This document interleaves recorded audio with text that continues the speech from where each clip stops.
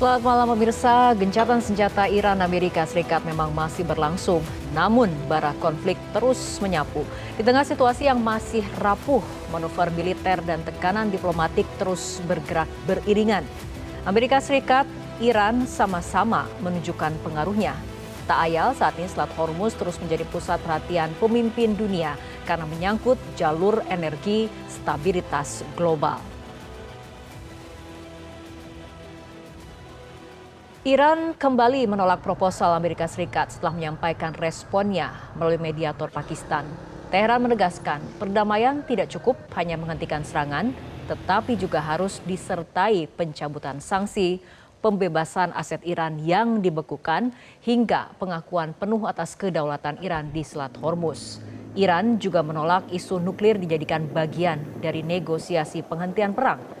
Penolakan itu muncul hanya beberapa jam setelah Donald Trump menyebut respon Iran sama sekali tidak dapat diterima. Pernyataan itu langsung dibalas Teheran dengan nada keras bahwa Iran tidak sedang mencari simpati ataupun berusaha menyenangkan Trump di tengah tekanan yang terus meningkat.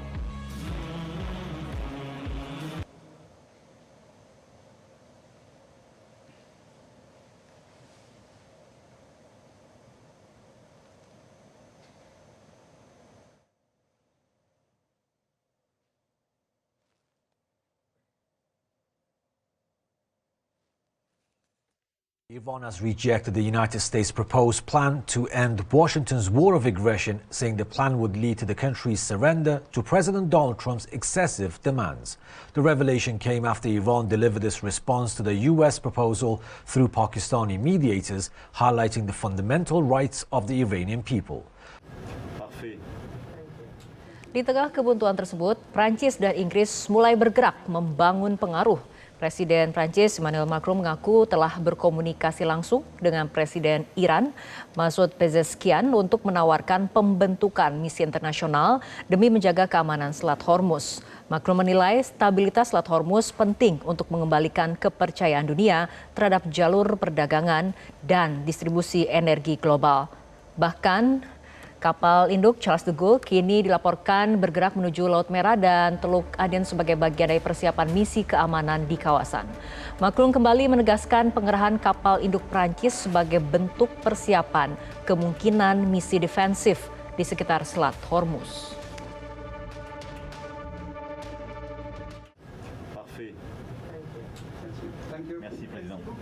Et donc nous n'avons jamais envisagé, je vous invite à revoir depuis le premier jour toutes mes déclarations, à faire un déploiement pour réouvrir Hormuz. Ça n'a jamais été l'option de la France.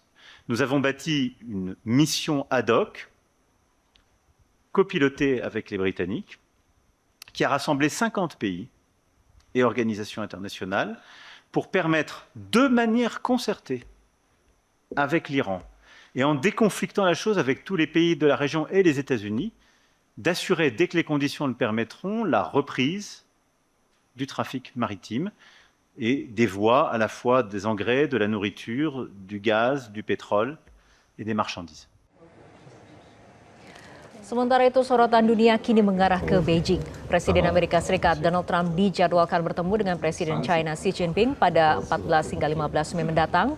Dalam pertemuan yang diyakini tidak hanya membahas perang dagang, tetapi juga konflik Iran dan stabilitas energi dunia. Washington berharap Beijing menggunakan pengaruhnya untuk meredam langkah Iran di Selat Hormuz yang dinilai mengganggu jalur vital energi dunia. Menteri Luar Negeri Amerika Serikat Marco Rubio bahkan mengingatkan China akan menjadi pihak yang paling terdampak jika ketegangan terus membesar. I have a very good relationship with President Xi. We've had a great economic time. China's been great for us economically, but not for other presidents. But we've done very well with China. We're going to have a meeting with President Xi. It's going to be, I think, quite amazing. He's been a friend of mine. I've gotten along with him very well over the years. We have had no problem, and we've had no problem with China and Iran. And everybody said, "Oh, China, China." We've had no problem with China. Chinese tell him what he needs to be told, and that is that what you are doing in the Straits is causing you to be globally isolated. You're the bad guy in this. You guys should not be blowing up ships. You should not be putting mines. You should not be trying to hold hostage the global economy. I hope the Chinese bring, whether it's done privately, but I hope it's done directly, that's the message they deliver to them. As I outlined earlier today, China is an export-driven economy. Okay, I'm not here to speak on behalf of what's in the best interest of China, but it's obvious. China is an export-driven economy. That means they depend on other countries to buy. Lalu akankah pertemuan Trump dan Xi Jinping menjadi jalan meredakan ketegangan global atau justru membuka babak baru pertarungan dua kekuatan besar dunia? Bersama saya Fitri Megantara, inilah Top Issue, Hormuz membara, Trump Xi Jinping bertemu.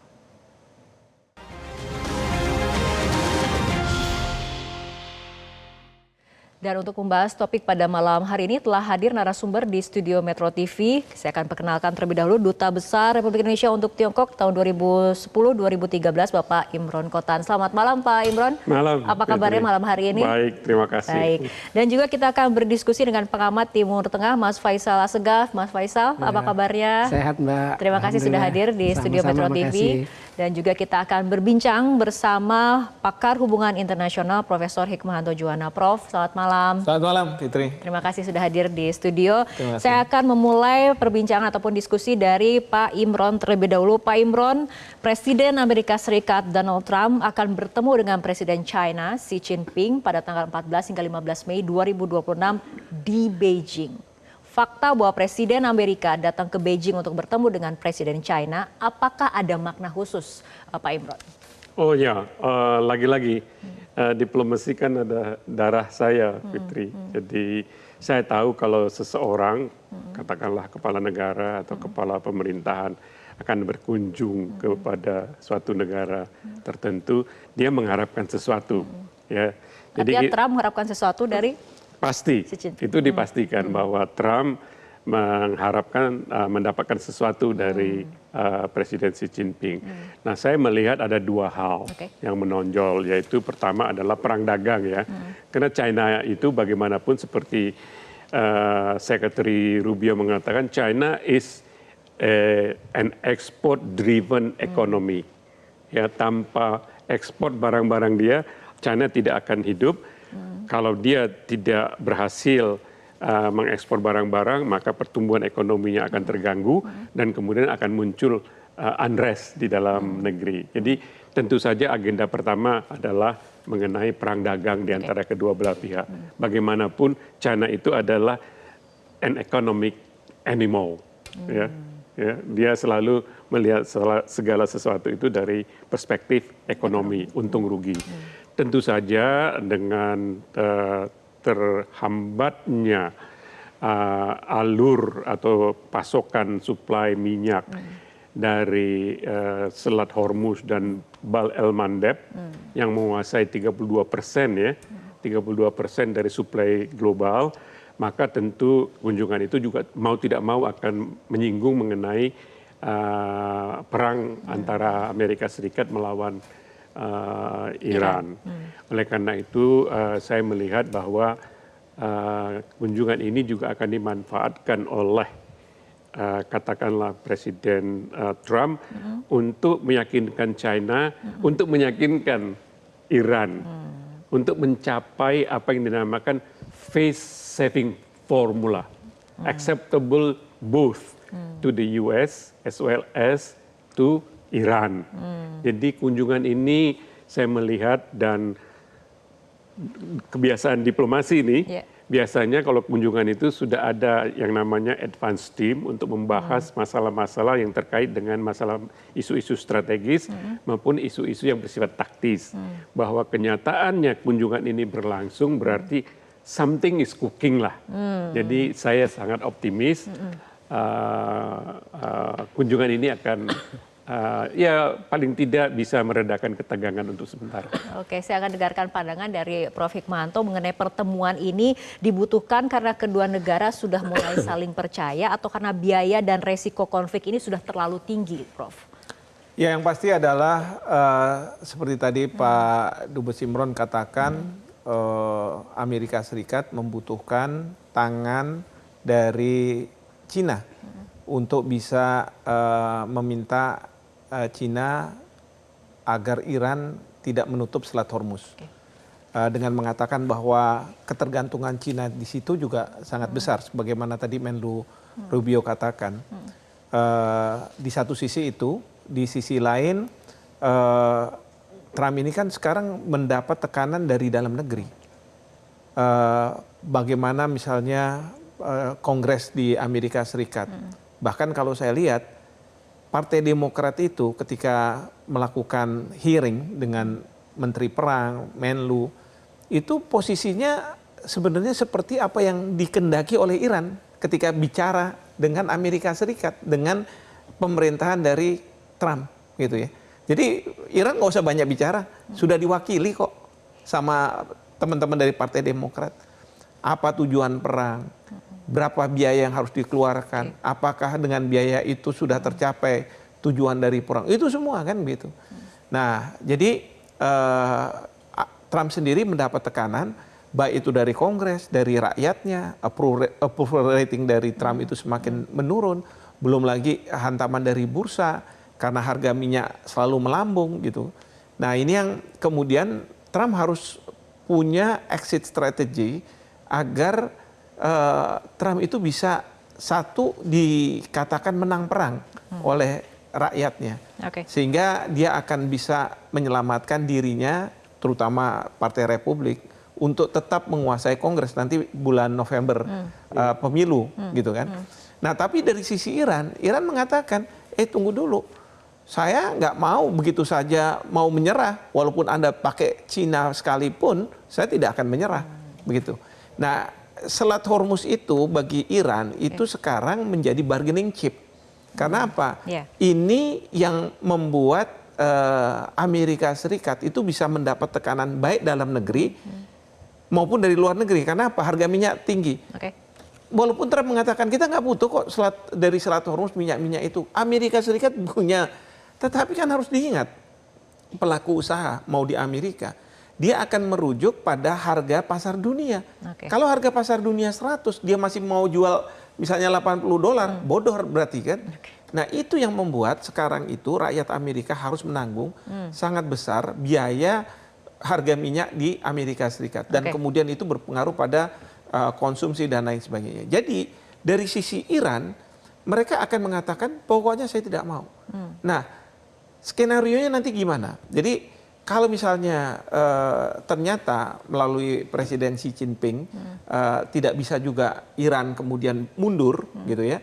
Dan Xi Jinping juga tidak mau kalau misalnya Amerika Serikat melalui tangannya dia bisa menekuk kedaulatan dari Iran. Karena apa? Dia tidak mau mengulang apa yang terjadi di Venezuela, di mana Amerika Serikat meminta agar Venezuela tidak menjual minyaknya ke Iran. Itu akan dilakukan hal yang sama. Iran tidak boleh menjual ke ke Cina. Nah itu pasti dia nggak mau. Nah oleh karena itu skenarionya kalau saya melihat Trump menyerang agak berat karena approvalnya dan anggarannya dari mana. Kemudian yang kedua adalah kalau misalnya menyerah kan juga nggak mungkin. Jadi yang kemungkinan terjadi itu adalah gencatan senjata tetap jalan terus, ya. Perang nggak usah dideklarasi menang atau kalah. Perdamaian, proposal perdamaian mungkin juga nggak akan dibahas lagi. Yang penting adalah tidak ada serangan. Karena prinsipnya bagi Iran, kalau Amerika Serikat tidak menyerang ataupun Israel, maka dia nggak akan serang balik. Itu satu. Yang jadi concern sekarang adalah Selat Hormuz. Nah dalam konteks Selat Hormuz, tadi kita sudah dengar bagaimana Perancis punya inisiatif dengan Inggris untuk menjadi penjamin. Itu yang saya sebenarnya sudah sampaikan, harusnya pemerintah kita bisa melakukan penjaminan itu. Sebelum membahas mengenai hal itu, saya akan bergeser dulu ke Mas Faisal sebagai pengamat dari Timur Tengah. Ini bagaimana kemudian Iran akan membaca ataupun memperhatikan dengan detail pertemuan yang dilakukan antara Washington dengan Beijing ataupun Presiden Trump dengan Presiden Xi Jinping? Saya kira Iran tidak akan terlalu melihat hasilnya seperti apa ya. Karena kemungkinan juga kalau kita lihat rekam jejaknya kan Cina ketika Menteri Keuangan menerapkan sanksi untuk 5 perusahaan Cina, kan Cina bilang nggak usah dianggap lah sanksi dari Amerika itu sendiri. Kemudian juga ketika resolusi tentang Selat Hormuz 7 April, Cina dan Rusia ikut memveto. Nah, di sini Iran sudah menegaskan kedaulatannya terhadap Selat Hormuz melalui undang-undang yang disahkan Parlemen Iran akhir Maret lalu, dan itu sudah diakui oleh Wakil Ketua Parlemen Iran Hamid Reza Haji Babai bahwa mereka sudah mendapatkan pendapatan dari penerapan bea lintas Selat Hormuz. Jadi itu ada 11 pasal, saya punya draft ininya, undang-undangnya. Jadi semua bea itu dibayar di muka. Bayar di muka itu dalam mata uang rial Iran. Nah, di dalam salah satu pasalnya itu kapal Amerika ataupun Israel atau negara-negara yang berafiliasi dengan kedua negara itu sama sekali tidak boleh melintasi Selat Hormuz. Okay. Kemudian juga kapal-kapal yang dianggap dari negara yang dianggap memusuhi Iran, dalam hal ini Uni Eropa yang terakhir memberikan sanksi sebelum perang menetapkan Garda Revolusi Islam sebagai organisasi teroris, yaitu termasuk yang bakal kena ya. Di sini ada Perancis, Jerman semacamnya. Jadi terus kemudian juga Iran menerapkan bahwa nanti kalau misalkan ada kapal yang melanggar, itu kapal akan ditahan sementara dan didenda 20% dari nilai barang yang dibawa oleh kapal itu. Jadi penerapan bea itu berdasarkan jenis kapal, jenis muatan, volume muatan, dan nilai muatan. Jadi memang walaupun nanti seperti kata Pak Hikmahanto bahwa nanti perang tidak akan berlangsung, gencatan senjata diambangkan sepanjang selamanya versi Amerika, ya tetap saja Amerika terus Israel ataupun negara-negara yang dianggap bermusuhan terhadap Iran ya akan menjadi korban karena mereka sesuai undang-undang itu tidak boleh lagi melintasi Selat Hormuz. Oke, saya akan kembali ke Pak Imron mengenai pandangan, artinya mana kemudian pihak yang paling membutuhkan hasil konkret dari pertemuan ini, apakah Amerika ataukah China? Tapi tahan dulu jawaban dari Pak Imron karena kita akan ikuti jeda berikut terlebih dahulu.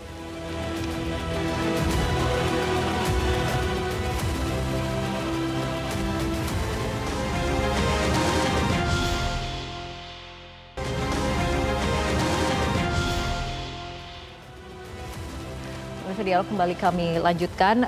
Pak Imron masih mengenai pertemuan jelang pertemuan Amerika dan juga China seperti itu. Siapa kemudian menurut Anda yang paling membutuhkan hasil konkret di tengah kemudian konflik geopolitik saat ini? Apakah Amerika yang sedang melakukan berbagai upaya untuk mengakhiri eskalasi perang di Timur Tengah, konfliknya dengan Iran, ataupun China yang akibat konflik ini juga terkena dampak terganggunya rantai pasokan energi global?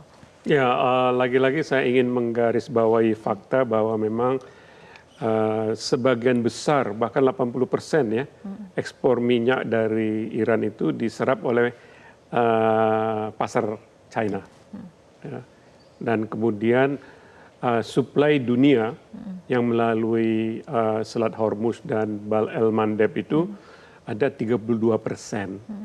Nah, ini semua mempengaruhi perekonomian dunia. Jadi ini peperangan ini tidak hanya menyengsarakan rakyat Amerika yang sudah membayar lebih dari 52% harga minyak, tapi juga oleh Indonesia. Ternyata harga minyak kita juga terpengaruh. Okay. Nah, saya melihat bahwa ya kunjungan, bahkan berharap, saya berharap kunjungan dari Trump ke Beijing bertemu dengan Presiden Xi Jinping ini akan menemukan semacam keseimbangan, Mbak Fitri. Keseimbangan dalam pengertian China bisa memberikan exit strategi seperti yang tadi juga sudah diamplify oleh Prof. Hikmahanto ya. China itu bisa memberikan exit strategi kepada Amerika Serikat, pada saat yang bersamaan dia juga memberikan exit strategi kepada Iran.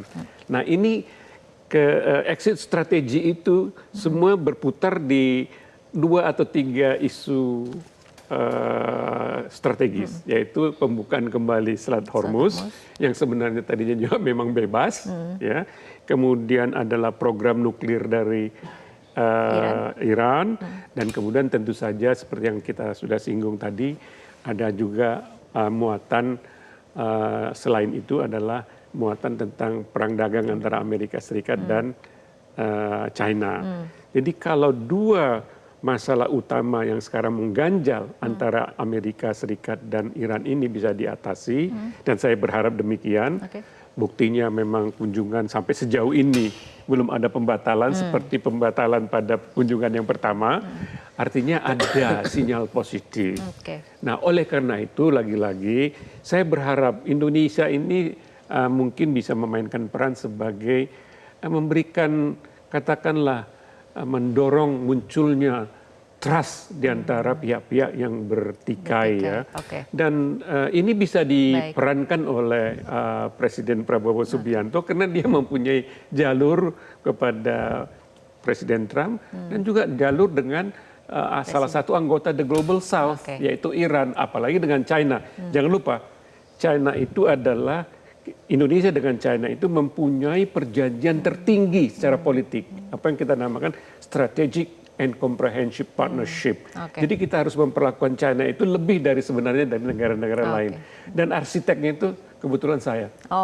Baik. Artinya harus bisa memanfaatkan momentum seperti ini. Tapi berbicara mengenai keseimbangan tadi yang disebutkan oleh Pak Imron, Mas Faisal, ini apakah menurut Anda posisi China saat ini bisa dikatakan sebagai penyeimbang dominasi Amerika di kawasan?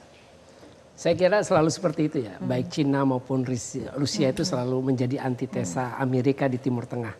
Ya karena memang ya ada persaingan baik secara global maupun di kawasan. Makanya kita lihat Cina itu tidak, mereka memveto di Dewan Keamanan PBB, terus juga mengabaikan sanksi yang diterapkan oleh Kementerian Keuangan Amerika Serikat. Saya kira apapun yang dilakukan oleh Amerika yang merugikan Iran, Cina akan melawan itu atau menentang itu. Yaitu tadi karena ya Cina ini kan yaitu 90% ekspor, menyerap 90% ekspor kebutuhan minyak Cina, 90% itu diimpor dari Iran. Jadi saya kira selama Iran itu masih tetap bisa menyediakan ekspor minyak untuk Cina, ya saya kira Cina akan tetap mendukung Iran. Dan juga memang sudah ada perjanjian kalau tidak salah 2021 kalau tidak salah perjanjian antara Iran dengan Cina, salah satunya ya proyek investasi yang nilainya ratusan miliar dolar Amerika Serikat, termasuk pembangunan stasiun metro di Iran itu sendiri. Nah kalau saya melihat begini, kalau misalkan ditanya apakah Amerika bisa menekan Cina untuk Cina bisa menekan Iran, itu saya kira logika yang keliru ya. Artinya begini, Iran ini kan sebagai korban. Kalau kita meminta korban menyerah terhadap pelaku, itu adalah sebuah ya sangat ironis kalau kita berpendapat seperti itu. Karena yang diperjuangkan Iran ini adalah mereka memperjuangkan hak-hak rakyat Iran, bangsa Iran sudah dirampas oleh Amerika selama ini. Yang pertama perang ini kan merampas keamanan, keselamatan dan kesejahteraan rakyat Iran. Ketakutan, banyak korban, kemudian juga banyak infrastruktur rusak. Terus kemudian juga masalah sanksi. Ini kan merugikan rakyat Iran. Nah makanya Iran meminta pencabutan sanksi. Kemudian aset yang dibukukan. Itu aset yang bisa digunakan untuk membangun untuk kesejahteraan rakyat Iran. Nah itu makanya Iran menerapkan undang-undang itu, salah satunya dari pendapatan itu 70% untuk memperkuat pertahanan atau militer Iran, dan 30% terbalik 30% menurut undang-undang itu salah satu pasalnya untuk militer, memperkuat militer Iran, dan 70% untuk kesejahteraan dan pembangunan infrastruktur di Iran. Nah masih berbicara mengenai Iran, tapi saya akan bergeser ke Prof. Hikmahanto. Ini sebelum pertemuan Trump sempat memperingatkan bahwa ia akan mengenakan tarif 50% pada barang-barang China jika Beijing memberikan bantuan militer kepada Teheran. Prof, apakah China lagi-lagi mengenai diplomasi gaya tekanan yang dilakukan oleh Amerika ini akan tunduk dengan tekanan Amerika di tengah hubungan Beijing dan Washington yang memang sudah kompleks seperti itu, Prof? Saya melihat gini ya, sebenarnya Amerika, Trump itu yang justru sedang dalam situasi yang panik gitu ya. Karena kalau ditanya antara Cina dengan Amerika Serikat, mana sih yang membutuhkan? Sebenarnya Amerika Serikat yang membutuhkan Cina, bukan sebaliknya. Karena bagi Cina, kalau dia katakanlah terkait dengan Selat Hormuz masih membutuhkan minyak, dia bisa kok lewat darat, lewat Pakistan dan lain sebagainya. Dan itu tidak menghalangi katakanlah pasokan yang dibutuhkan oleh Cina. Nah sekarang ini kan Trump ini yang sangat dia khawatirkan adalah kalau justru Cina tidak hanya menyuarakanlah penentangan mereka terhadap misalnya perang yang dilakukan oleh Amerika Serikat terhadap Iran. Itu sangat keras Cina melalui juru bicara Menteri Luar Negeri. Atau penentangannya di Dewan Keamanan PBB ketika ada resolusi yang dimunculkan oleh Bahrain dan Amerika Serikat untuk membuka Selat Hormuz dengan kekuatan militer. Itu diveto oleh Cina dan kemudian juga oleh Rusia. Jadi dalam posisi seperti saat sekarang ini, Cina yang sebenarnya nggak ada beban sebenarnya.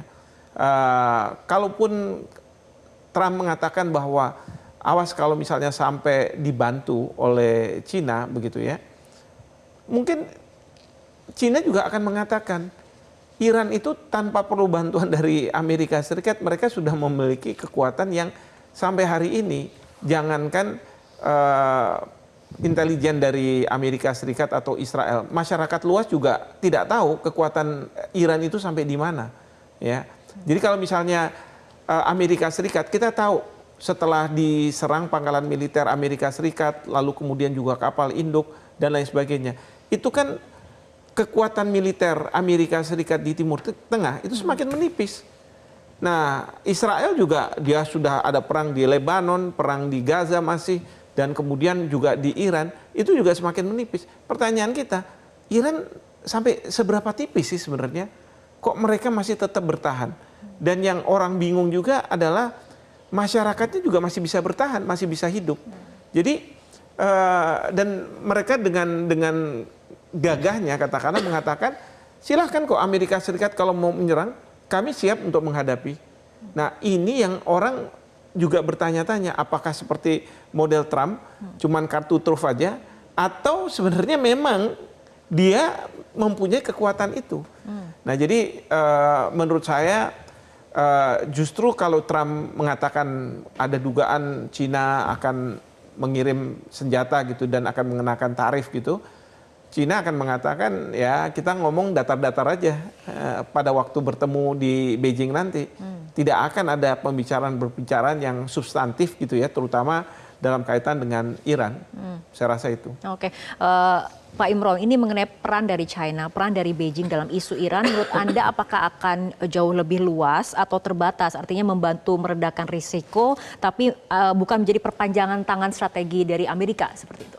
Saya kira tidak ya, karena China ini selalu meletakkan dirinya sebagai pemain global yang responsible. Itu satu.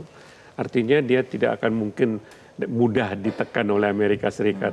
After all, China itu the second largest economy in the world kan. Jadi nggak gampang lah menekan China itu oleh Amerika Serikat. Yang kedua, dia pemegang kunci apa yang saya sebut selalu katakan global consensus. Karena Iran ini kan ingin men-seal, artinya menutup kesepakatan apapun itu nanti dengan Amerika Serikat dan Israel dengan apa yang dinamakan resolusi Dewan Keamanan PBB. Nah, resolusi Dewan Keamanan PBB itu hanya bisa dibawa oleh negara pemegang veto kan.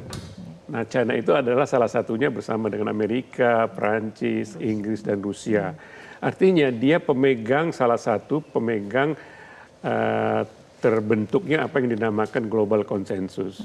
Nah, kalau nanti saya berupaya berimajinasi, kalau nantinya ada kesepakatan keluar dari pertemuan Xi Jinping dengan Trump, itu mestinya dibawa ke Dewan Keamanan PBB untuk dijadikan sebagai konsensus global, sehingga nanti kalau terjadi pelanggaran itu adalah merupakan tanggung jawab dari Dewan Keamanan PBB. Jangan lupa, resolusi Dewan Keamanan PBB itu mengikat secara hukum.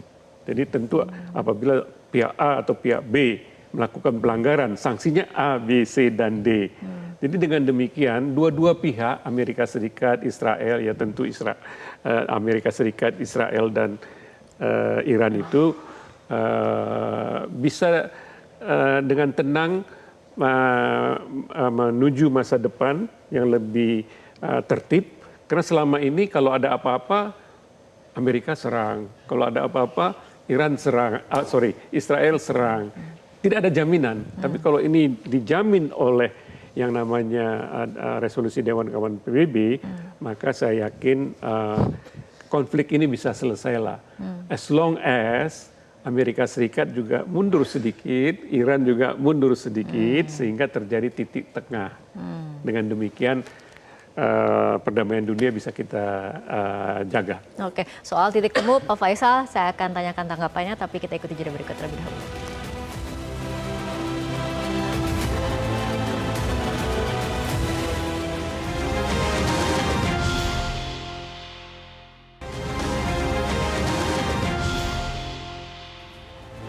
Pemirsa, diskusi kembali kami lanjutkan. Mas Faisal, mengenai titik temu antara Amerika Serikat dan juga Iran.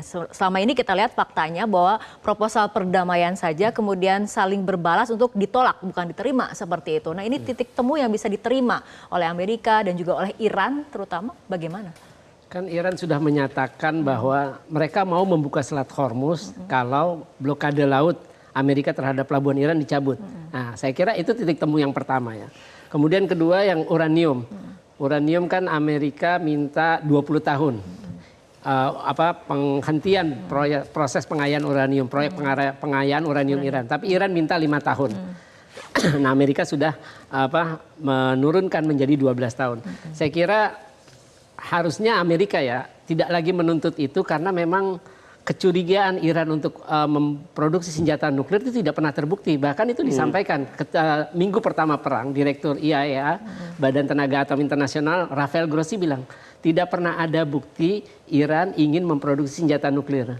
Nah, terus yang kedua, apa sih indikasi Iran tidak pernah mau memproduksi senjata nuklir? Mereka tergabung dalam NPT, Non-Proliferation Nuclear Treaty. Sedangkan Israel yang selama ini diyakini dunia memiliki senjata nuklir itu kan tidak pernah mau bergabung dengan NPT. Bahkan terakhir ada 30 politisi anggota Kongres dari Partai Demokrat meminta kepada pemerintahan Trump untuk meminta kepada Israel untuk membuka, ayo buka dong senjata nuklir Anda ada berapa? Karena saya pernah wawancara salah satu pembocor nuklir Israel, Mordechai Vanunu, itu 2004 saja. Saya wawancara Juli 2004. Itu Israel waktu itu dia bilang sudah punya 200 bom nuklir. Itu 2004. Jaraknya sekarang kan udah 22 tahun. Yeah. Terus kemudian juga saya kira yang titik temunya kan Iran minta jaminan nggak akan diserang lagi. Nah, harusnya Amerika memenuhi hal itu. Artinya ketika propaganda negatif atau palsu dari Amerika dengan Israel bahwa Iran ancaman perdamaian global, ancaman terhadap perdamaian kawasan, keamanan kawasan, itu kan tidak pernah terbukti. Karena sejak Iran tidak pernah menyerang negara lain sejak rezim mulai terbentuk. Walaupun mereka menyatakan permusuhan terhadap Israel ataupun Amerika. Yeah. Sebelum perang ini, sejak 28 Februari, Iran tidak pernah menyerang pangkalan militer Amerika. Iran tidak pernah menyerang Israel. Itu kan baru dilakukan setelah perang tahun lalu, 12 hari dengan Israel, dan juga perang kali ini. Saya kira titik temu itu bisa salah satu menjadi titik temu. Dan saya kira salah satunya lagi adalah ya Amerika harus mencabut sanksi dan mencairkan aset Iran. Karena sanksi itu kan dilakukan atas tuduhan-tuduhan yang tidak pernah terbukti. Bahwa Iran membiayai terorisme. Padahal Hamas dengan Jihad Islam itu kan mereka nggak berperang di luar dari wilayahnya. Mereka adalah kelompok pejuang.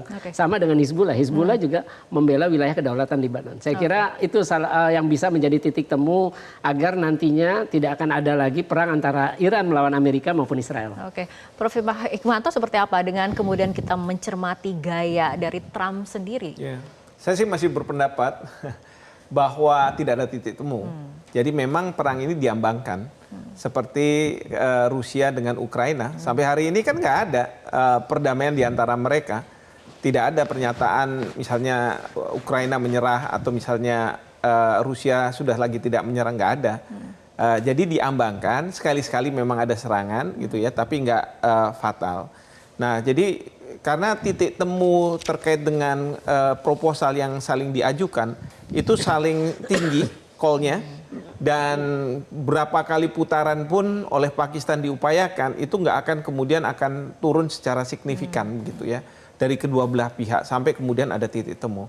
Oleh karena itu yang paling realistis adalah perang ini memang diambangkan dengan harapan suatu hari nanti kalau ada pergantian pemerintahan, apakah di Amerika, apakah kemudian di Iran gitu ya, itu terus kemudian mereka akan bisa menemukan satu titik temu sehingga tidak perlu ada kehilangan muka kalau dalam situasi seperti itu.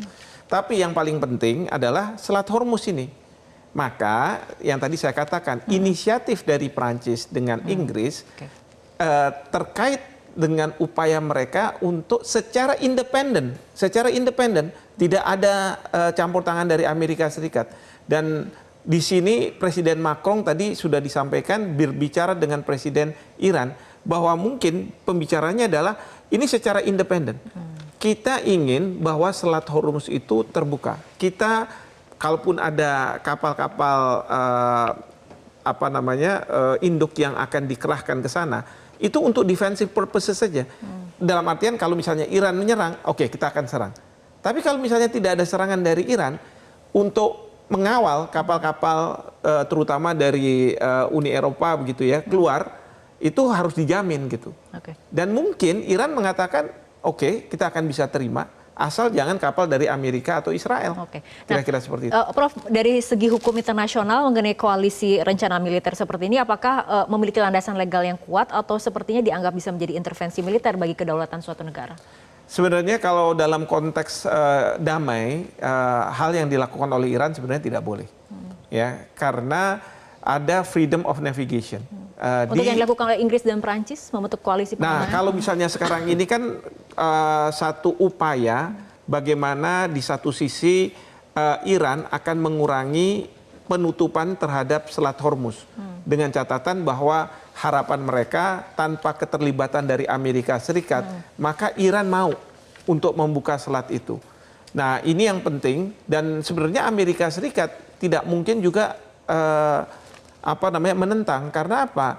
Sekali lagi, harga minyak dunia itu yang akan menjadi acuan. Mau kita dimanapun, itu yang menjadi acuan itu harga minyak dunia. Dan sekarang ini harga minyak dunia itu sudah tidak sangat realistis, sehingga perlu diturunkan. Jadi ada upaya. Sekarang ini kalau misalnya Trump mengatakan bahwa proposal dari Iran tidak diterima, itu harga minyak akan naik gitu kan.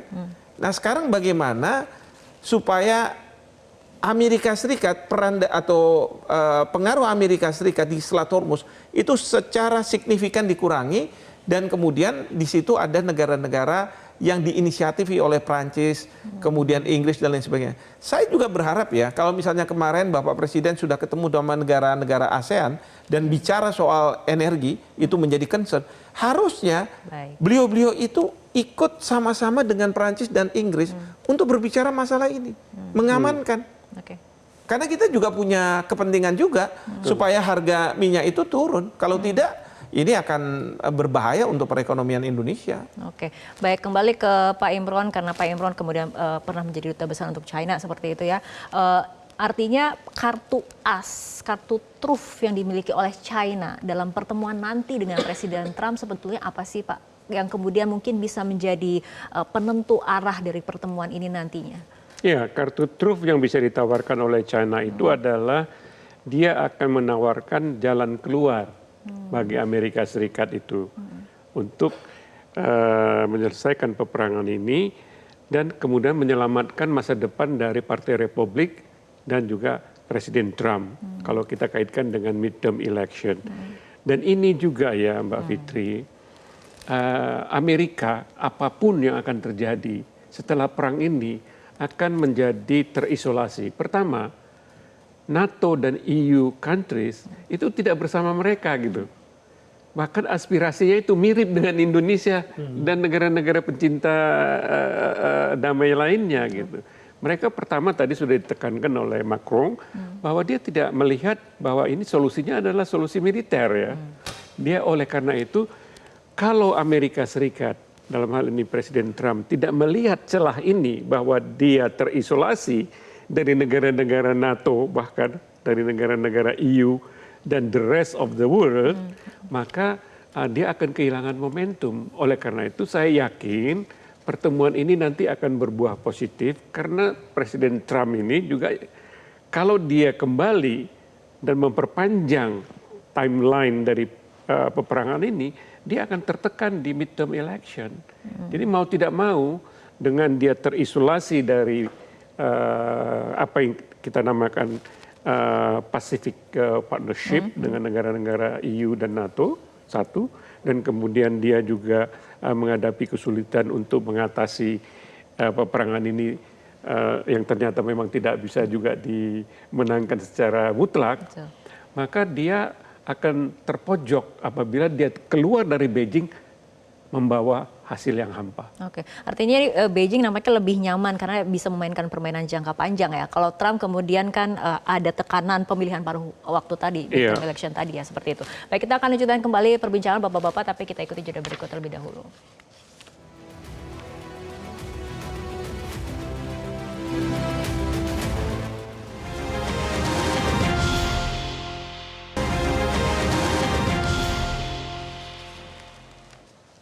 Pemirsa, perbincangan kembali kami lanjutkan. Mas Faisal, di tengah jelang pertemuan antara Amerika Serikat dan juga China, pertemuan dua negara dengan ekonomi terbesar di dunia, di tengah kondisi geopolitik saat ini, terutama konflik Amerika Serikat dan Iran, ini kira-kira arahnya akan kemana pasca pertemuan nanti? Indikator apa yang harus kita lihat pasca pertemuan? Ya, saya kira Iran sudah sadar ya. Mujtaba Khamenei itu berperang melawan Amerika dan Israel didukung rakyat. Sebaliknya, Trump ikut berperang bareng Israel menyerang Iran, itu tidak didukung sama sekali oleh rakyat. Artinya Iran tetap tidak akan kendor dengan tuntutannya. Selain itu memang Iran ingin menunjukkan mereka bangsa yang punya harga diri, selain merdeka dan berdaulat, tidak mau didikte oleh Amerika ataupun negara barat lainnya. Dan selama Iran itu bisa meladeni itu dan bertahan, bahkan itu sudah dibuktikan sampai lebih dari 2 bulan ini Iran bisa bertahan terhadap tekanan diplomatik, terus juga agresi militer. Saya kira itu malah yang nanti kalau dibalik, kalau misalkan tujuan awalnya menumbangkan rezim mullah di Iran, ini nanti malah yang tumbang adalah Republik di Kongres mungkin di pemilihan selanjutnya nanti. Oke, bergeser ke Prof. Hikmah. Apakah Anda melihat akan ada perubahan signifikan dari arah konflik pasca pertemuan nanti Xi Jinping dengan Trump? Sebenarnya kalau misalnya Trump itu menurunkan egonya ya, dan kelihatannya dalam pertemuan ini dia kan menyanjung-nyanjung Xi Jinping sebagai teman baiknya, saya ini. Padahal kalau kita lihat sebelumnya bagaimana Trump itu sangat hostile terhadap Cina, terhadap pengenaan tarif dan lain sebagainya, begitu ya. Sekarang sudah mulai tone down gitu ya, mulai turun. Mungkin saja ada hal yang positif, meskipun seperti saya katakan perang ini gencatan senjata akan terus, kita nggak tahu sampai kapan gitu ya. Bahwa ini mungkin sebagai jalan keluar. Lalu ada peran Inggris, Prancis, dan banyak negara yang mencoba agar tidak diidentikan atau dilabel bahwa ini merupakan tindakan Amerika Serikat oleh Iran, tetapi negara-negara yang independen yang memang ingin supaya minyak dunia itu memang segera turun harganya. Jadi ini yang harus dukung, tapi kita juga harus waspada dengan apa yang dilakukan oleh Israel. Karena bukannya tidak mungkin Israel akan mensabotase apa yang sudah terjadi secara kondusif sekarang ini. Ya, kalau kita lihat sekarang ini sebenarnya tidak ada serangan Amerika Serikat ke Iran, itu di masyarakat Iran mungkin hidupnya sudah mulai normal, sudah mulai kondusif.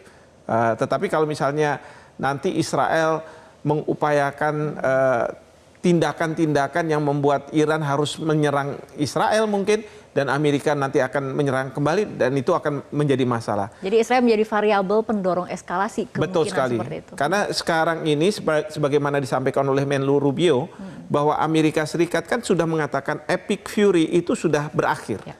Dan sekarang kalau Amerika menyerang, itu kalau dia diserang. Sementara ketika ada di Selat Hormuz ada serang menyerang, selalu Trump atau Pete Hegseth mengatakan ini tidak berarti gencatan senjata dilanggar, gencatan senjata masih on gitu ya. Karena kekhawatiran di dalam negeri untuk Amerika Serikat, dan mereka ingin bahwa sekarang kita fokus saja, nggak usah regime change, nggak usah soal nuklir dan lain sebagainya. Sekarang bagaimana Selat Hormuz itu bisa terbuka seperti itu. Oke, dari Pak Imron sendiri bagaimana pandangannya? Ya, lagi-lagi saya melihat ini, saya berharap lah ya, agar China ini bisa menawarkan apa yang saya namakan face saving formula kepada Presiden Trump, sehingga dia kembali ke Amerika Serikat dengan membawa narasi bahwa dia sudah bisa menyelesaikan perang ini yang menguntungkan ekonomi maupun kepentingan politik dari pemerintah Amerika Serikat. Dengan demikian, dia bisa melalui midterm elections ini dengan mulus dan terhindar dari apa yang dinamakan impeachment. Kalau tidak, oleh karena itu saya ragu-ragu apakah dia akan menyia-nyiakan ya kesempatan ini. faktanya sekali lagi saya ingin garis bawahi ya, faktanya dia sudah mau datang ke China itu sudah petanda positif. Nah, mudah-mudahan dengan pertemuan dengan Xi Jinping terlepas dari perang dagang, dia juga bisa menerima suatu face saving formula yang mengatakan bahwa saya berhasil membuka Selat Hormuz, saya berhasil meyakinkan Iran bahwa nuklirnya itu harus dipastikan. Apakah itu melalui mekanisme NPT atau tidak, itu lain persoalan. Bisa dipastikan tidak akan digunakan untuk membangun senjata nuklir. Dengan demikian, dia bisa kembali ke Amerika dengan chin up, dengan kepala tegak bahwa saya sudah memenangkan peperangan. Dengan demikian dia akan mempengaruhi secara positif akhir daripada pemilihan setelah pada November yang akan datang. Artinya kita tunggu 14 hingga 15 Mei, kira-kira poin-poin apa saja yang akan disepakati oleh kedua negara besar ini, kita tunggu saja. Baik, Pak Imron, Mas Faisal, Prof. Hikmahanto, terima kasih telah berbincang bersama kami malam hari ini. Pemirsa, jelang pertemuan Donald Trump dan Xi Jinping, perhatian dunia kini tertuju pada Beijing. Di tengah memanasnya Selat Hormuz dan kerasnya tarik ulur kepentingan, dunia berharap jalur dialog masih mampu meredam bara konflik yang terus membesar. Saya Fitri Megantara, terima kasih atas perhatian Anda. Selamat malam, sampai jumpa.